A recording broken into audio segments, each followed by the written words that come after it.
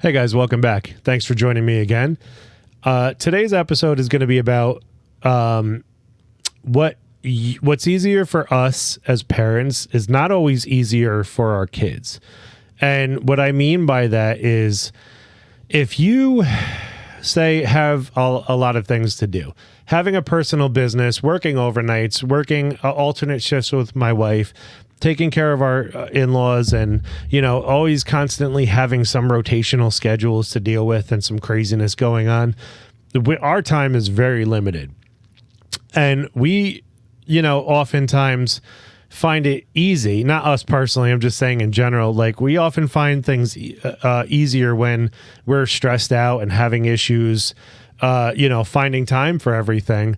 It's easier to sit the kids in front of the TV and let them just roll with that while we get our stuff done. Now, I'm not saying that that's the wrong way to parent. I would never say that somebody's parenting the wrong way with respects to certain situations. But what I'm suggesting is that in this, you are not teaching them what needs to be taught in the moment.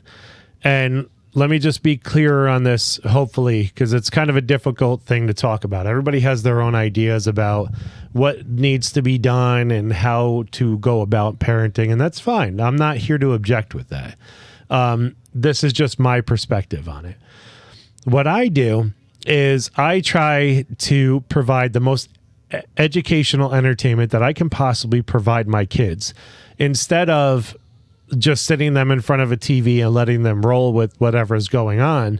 I'd like it to be an educational program. I'd like it to be something that they're interested in. For example, my son Michael is very interested in space.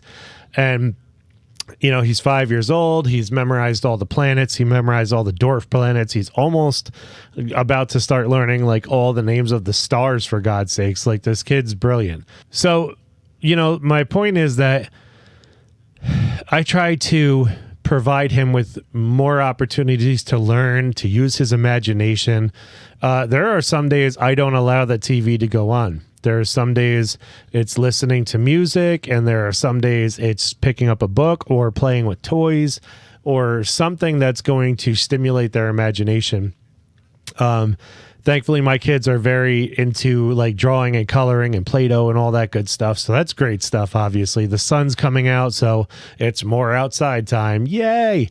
But, my point is it's easy to fall into a routine where you put them in front of the TV or put them in front of a game system and just kind of let them sink into that. And the problem with that is I grew up in that way, and it wasn't at the fault of my parents necessarily. My parents had 5 kids that they had to work with very busy alternating schedules, and it was stressful for them, I am sure. We go from, I think my oldest brother is about 43 now, maybe on the young side, I don't know. And I'm 36. So it spans almost 10 full years between the 5 of us. There's a lot of craziness going on. So, it was really scarce for them to be able to give us each our own individual attention, being on the poverty side of things and not having a whole lot of money in general, and, not having a whole lot of resources. We're talking about back in the 80s and 90s where people weren't as, in this woke state of mind as they are now. People weren't as aware and as mindful of things as they are becoming now. And I think that, I'm very thankful for being in this generation of parenting, because I'm thankful for all my experiences, because it taught me what I want to do differently. And I think I talked about this in another episode of the show, or at least another episode of the show with that me and my wife host together, the Infinite Balance podcast. And this isn't something of like, oh, you're supposed to be on your kids 24/7. You're always supposed to be at their beck and call. You're supposed to be entertaining them. You're supposed to be teaching them and things like that 24/7 nonstop. This isn't one of those either. I understand that you need to get time to do what you need to do. You need to get time for your business, for your pleasure, for yourself, for your kids, for your loved ones, for your family, for your coworkers and friends.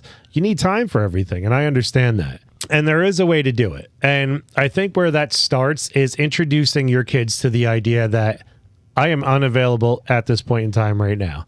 And I did talk about this because I had to link a video link to a Daniel Tiger episode that kind of spawned this way of thinking.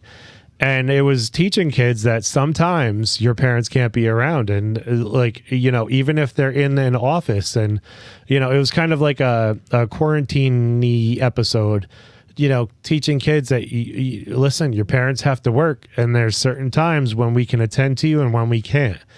And I think in a loving way, in a respectful way, that's a very important lesson to teach them either way. You can't have too much attention all the time because your life becomes about them. And you also can't have them just sitting and rotting away in front of the TV all the time, because that creates generational issues and problems with them not being able to express themselves, not being able to explore how they feel, not being able to assimilate or join in with the rest of the world and be a part of society. And, it causes struggles. So I just wanted to come on today and kind of share that point of view with you. And like I said, there's things you can do, starting with the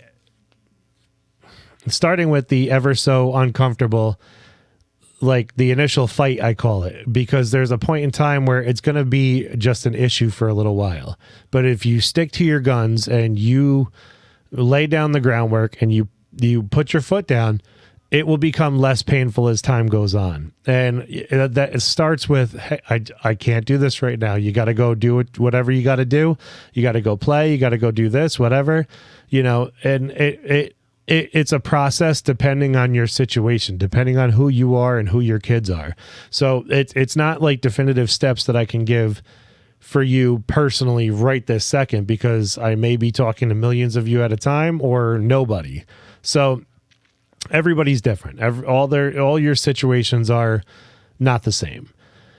But I can help you with this. If you want to do one-on-one coaching with me, I can help you figure out your time management a little bit better, and I can help you figure out what's going on a little bit better, and kind of allocate time and resources to be able to help you get to where you want to go with your goals, whether it's working out or nutrition or business or life in general, or, even just getting 10 minutes of meditation time in.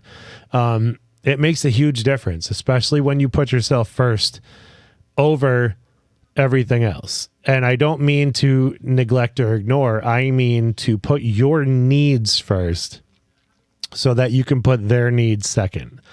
And I think that's important for us to realize, because so many generations have either been so for or so against putting your kids first. But either way, it's not really a good situation. If you don't take care of yourself first, who's going to take care of your kids? You have to be in the proper state of mind. You have to be in a proper mentality, a proper state of health, a proper physicality to be able to take care of kids. They require a lot of energy. They require a lot of go, go, go. They require a lot of mental energy. And the only way to maintain that is to get control of it yourself, for yourself, and give it to them once you've balanced out. You know what I mean? Like I said, if you need any help with this, get in touch with me. My links are in the show notes.